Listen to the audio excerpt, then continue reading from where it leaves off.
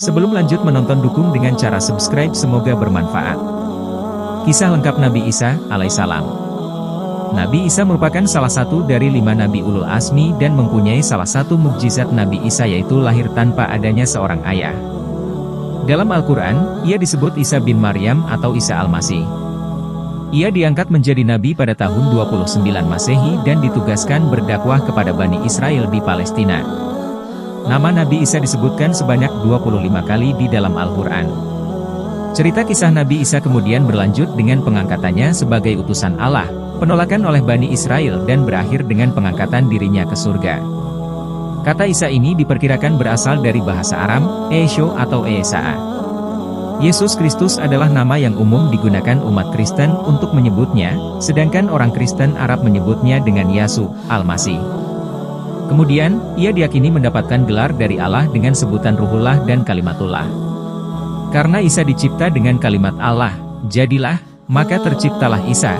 Sedangkan gelar Ruhullah artinya ruh dari Allah karena Isa langsung diciptakan Allah dengan meniupkan ruh ke dalam rahim Maryam binti Imran.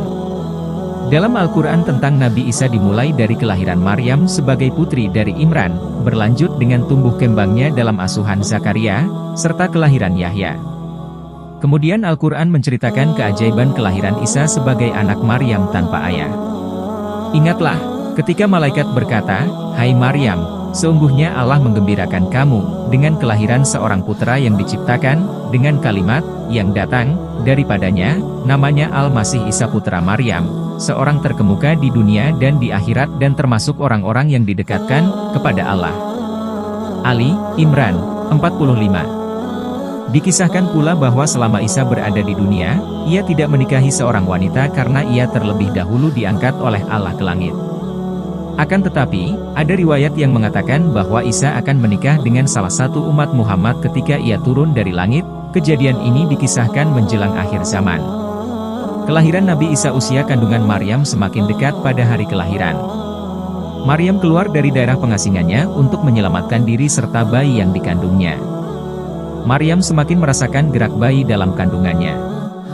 Geraknya semakin lama semakin kuat. Karena merasa sakit, Maryam membaringkan diri. Pada saat itulah lahir seorang anak dari rahimnya. Bayi ini adalah Isa bin Maryam. Setelah melahirkan, Maryam merasa lapar dan haus. Ia menggoyang-goyangkan pohon kurma, Ki 19:22-26, lalu memakan buah kurma yang terjatuh, dan minum air sungai yang mengalir dekat pohon kurma tempatnya bersandar. Ia bersyukur kepada Allah Subhanahu wa Ta'ala, karena diberi kemudahan ketika melahirkan putranya. Tempat kelahiran Isa disebut Baitul Laham, Bethlehem, yang berarti tempat lahir. Kota ini terletak sekitar 9,5 km di selatan Yerusalem. Ketika Nabi Isa lahir, Israel dijajah oleh bangsa Romawi. Beberapa hari setelah kelahirannya, Nabi Isa dibawa pulang ke kampung ibunya. Orang kampung berdatangan melihat putra Maryam. Mereka mencemoohkan Maryam karena membawa bayi tanpa ayah. Mereka menuduhnya berbuat zina, padahal ia berasal dari keluarga baik-baik. Maryam tidak menanggapi tuduhan itu, tetapi memberi isyarat kepada bayinya. Tiba-tiba, bayinya menjawab bahwa tuduhan itu tidak benar. Jawaban ini berhasil membungkam mulut mereka. Begitulah Allah Subhanahu wa Ta'ala memperlihatkan kekuasaannya. Nabi Isa dihitan pada usia 8 hari, sesuai dengan syariat para nabi sejak Nabi Ibrahim.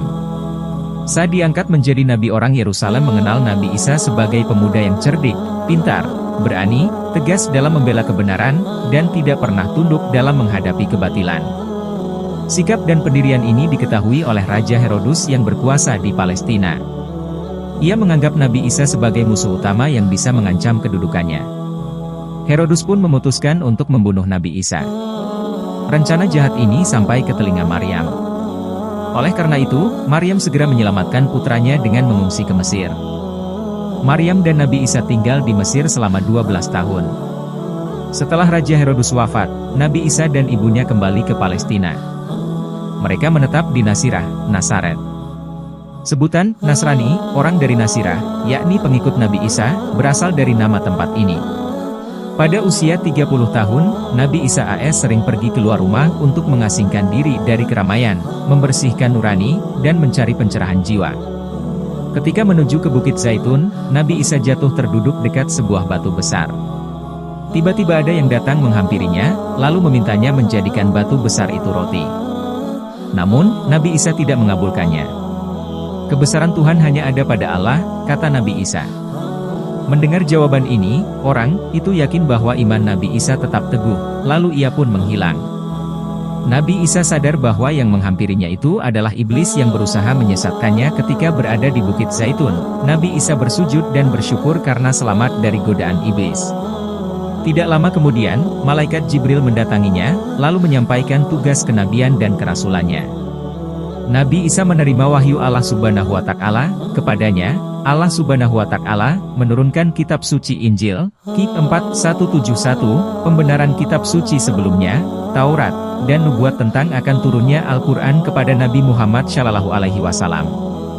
Yang disebut Ahmad, Ki 61:6. Dakwah Nabi Isa.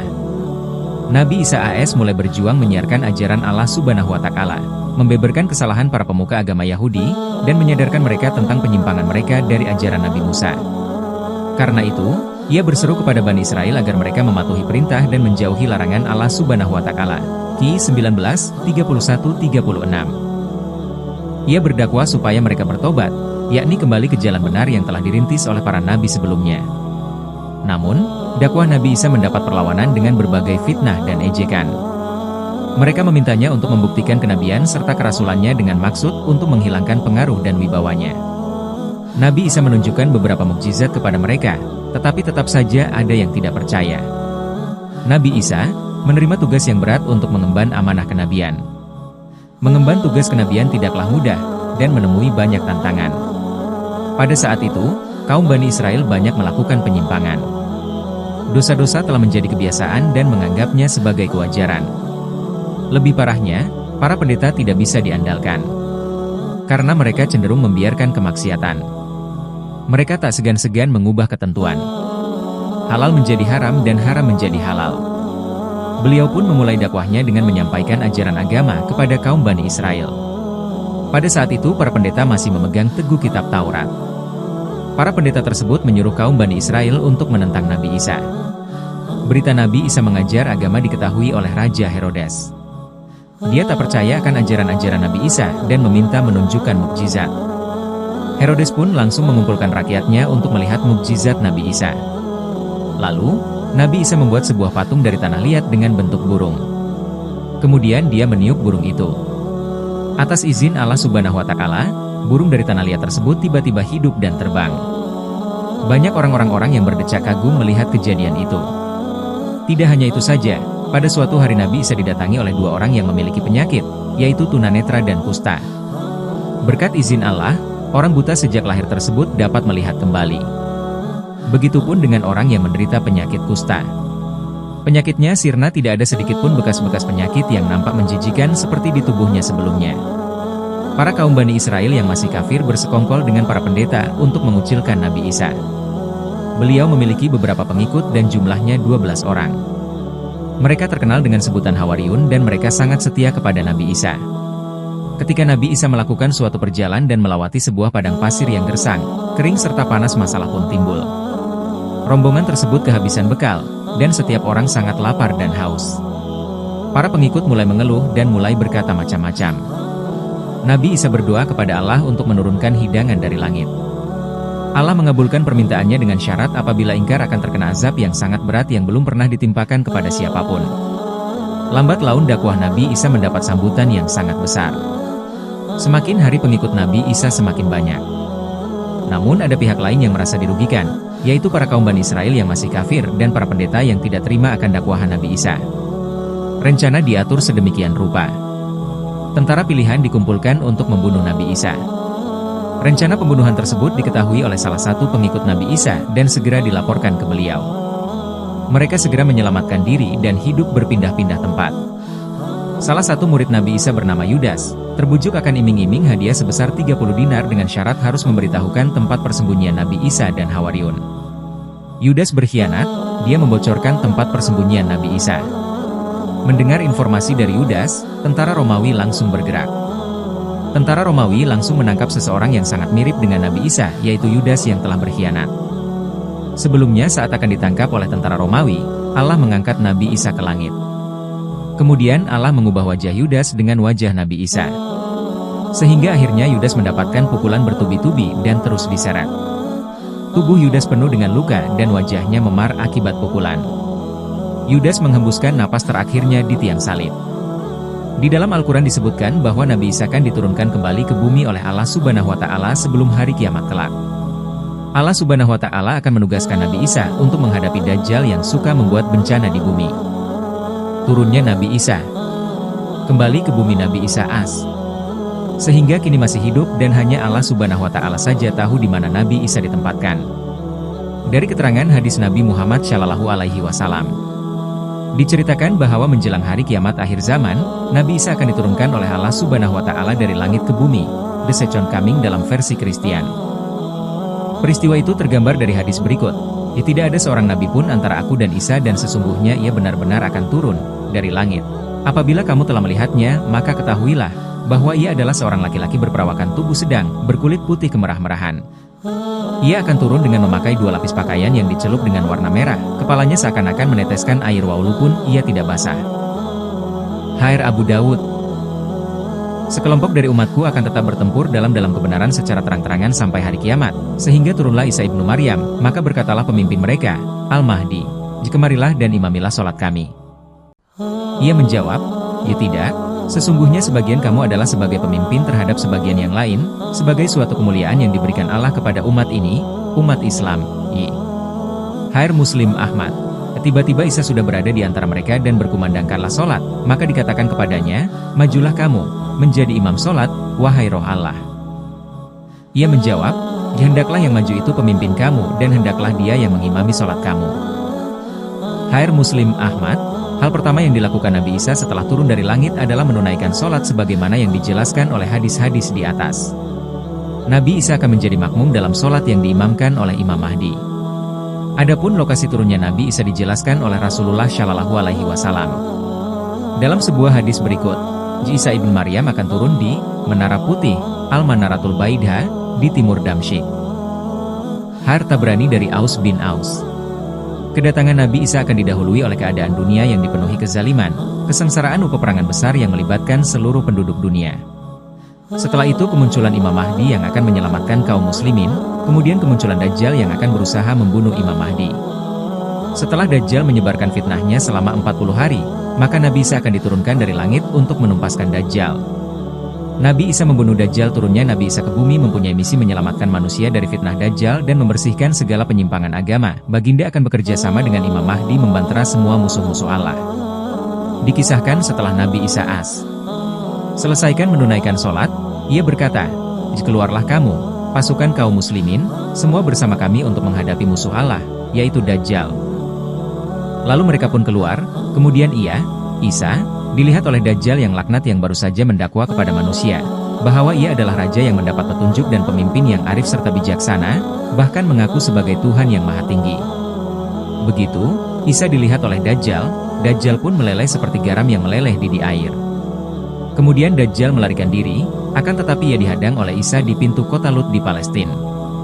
Sekiranya Isa membiarkan saja hal ini maka Dajjal akan hancur seperti garam dalam air, akan tetapi Isa berkata kepadanya, sesungguhnya aku berhak untuk menghajar kamu dengan satu pukulan. Lalu Isa menombak dan membunuhnya, maka Isa memperlihatkan kepada semua orang darah Dajjal di tombaknya. Maka tahu dan sadarlah para pengikut Dajjal dari kalangan Yahudi, bahwa Dajjal bukanlah Allah. Jika benar apa yang didakwakan Dajjal, Dajjal mengaku sebagai Tuhan, tentulah Dajjal tidak akan dapat dibunuh oleh Nabi Isa. Nabi Isa akan menyelamatkan manusia dari fitnah Yajuj dan Majuj. Salah satu tugas besar beliau setelah membunuh Dajjal adalah menyelamatkan umat manusia dari fitnah Yajuj dan Majuj, Gog dan Magog dalam versi Kristen. Dikisahkan, fitnah dan kejahatan mereka, Yajuj dan Majuj, sangat besar dan menyeluruh, tiada seorang manusia pun yang dapat mengatasinya, jumlah mereka pun sangat banyak sehingga kaum muslimin akan menyalakan api selama 7 tahun untuk berlindung dari penyerangan mereka, para pemanah dan perisai mereka. Seperti yang diterangkan dalam hadis yang diriwayatkan oleh Ibn Majah dari Nawas. Maka saat mereka telah keluar dari dinding tembaga yang mengurung mereka sejak zaman Raja Zulkarnain, maka Allah Subhanahu wa Ta'ala berkata kepada Isa ibnu Maryam, "Sesungguhnya aku telah mengeluarkan hamba-hamba, Yajuj dan Majuj, yang tidak mampu dilawan oleh siapapun, maka hendaklah kamu mengasingkan hamba-hambaku ke Tur Sina." Wafatnya Nabi Isa setelah turun di bumi menurut suatu riwayat Nabi Isa, setelah turun dari langit akan menetap di bumi sampai wafatnya selama 40 tahun. Ia akan memimpin di bumi dengan penuh keadilan, sebagaimana yang diceritakan dalam hadis berikut. Demi yang diriku berada di tangannya, sesungguhnya Ibnu Maryam hampir akan turun di tengah-tengah kamu sebagai pemimpin yang adil, maka ia akan menghancurkan salib, membunuh babi, menolak upeti, melimpahkan harta sehingga tidak seorang pun yang mau menerima pemberian dan sehingga satu kali sujud lebih baik dari dunia dan segala isinya. Bukhari, Muslim, Ahmad, Nasai, Ibnu Majah dari Abi Hurairah. Diceritakan dalam sebuah hadis bahwa Nabi Isa akan melaksanakan haji. Demi zat yang diriku berada di tangannya, sesungguhnya Ibnu Maryam akan mengucapkan tahlil dengan berjalan kaki untuk melaksanakan haji atau umrah atau kedua-duanya dengan serentak. Hr. Ahmad Muslim dari Abi Hurairah. Janji Allah pasti berlaku pada semua hambanya, semua yang bernyawa pasti akan mati, begitu juga Nabi Isa as. Setelah menjadi pemimpin yang adil di akhir zaman, Allah Subhanahu wa Ta'ala akan mewafatkan Nabi Isa. Hanya Allah Subhanahu wa Ta'ala saja yang tahu bila dan di mana Nabi Isa akan diwafatkan. Setelah wafatnya Nabi Isa as, dunia kemudian akan mengalami kiamat. Wallahu a'lamu bishawab. Semua jiwa pasti akan merasakan kematian. Kalian akan dipenuhi ganjarannya hanya pada hari kiamat. Quran Surat Ali Imran 185. Nabi Isa alaihi salam tidak dikecualikan dari ayat ini. Beliau juga akan meninggal sebagaimana umumnya manusia. Hanya saja tidak sekarang tapi di akhir zaman, setelah Allah turunkan kembali beliau, dengan membawa misi membunuh Dajjal, orang kafir, dan memenuhi bumi dengan keadilan bersama kaum muslimin. Mukjizat Nabi Isa sebagai salah satu nabi yang memiliki julukan Ulul Azmi. Para ahli tafsir mengatakan bahwa Isa menghidupkan 4 orang. Pertama, Al-Azir yaitu temannya, kemudian 2 orang anak laki-laki dari seorang tua dan seorang anak perempuan satu-satunya dari seorang ibu. Mereka adalah 3 orang yang mati di zamannya dan Isa membangkitkan pula Sem bin Nuh atas permintaan orang Yahudi. Mukjizat Nabi Isa diantaranya adalah lahir tanpa adanya seorang ayah dapat berbicara sewaktu masih bayi, untuk menerangkan bahwa ia seorang nabi yang diutus untuk Bani Israel bisa mengetahui Taurat asli Musa, yang disembunyikan dan telah mengalami banyak perubahan yang dilakukan oleh orang-orang cerdik dari kaum Yahudi membentuk tanah seperti burung kemudian meniupkan roh. Lalu tanah itu menjadi burung menyembuhkan orang buta menyembuhkan orang yang berpenyakit sopak menghidupkan kembali. Orang yang telah mati diberi kemampuan melihat hal-hal yang gaib melalui panca inderanya meskipun ia tidak menyaksikannya secara langsung menurunkan makanan dari langit. Karena permintaan Hawariun demikianlah kisah Nabi Isa yang sudah dirangkum dari berbagai sumber. Semoga bermanfaat dan kita dapat mengambil pembelajaran dari kisah Nabi Isa AS.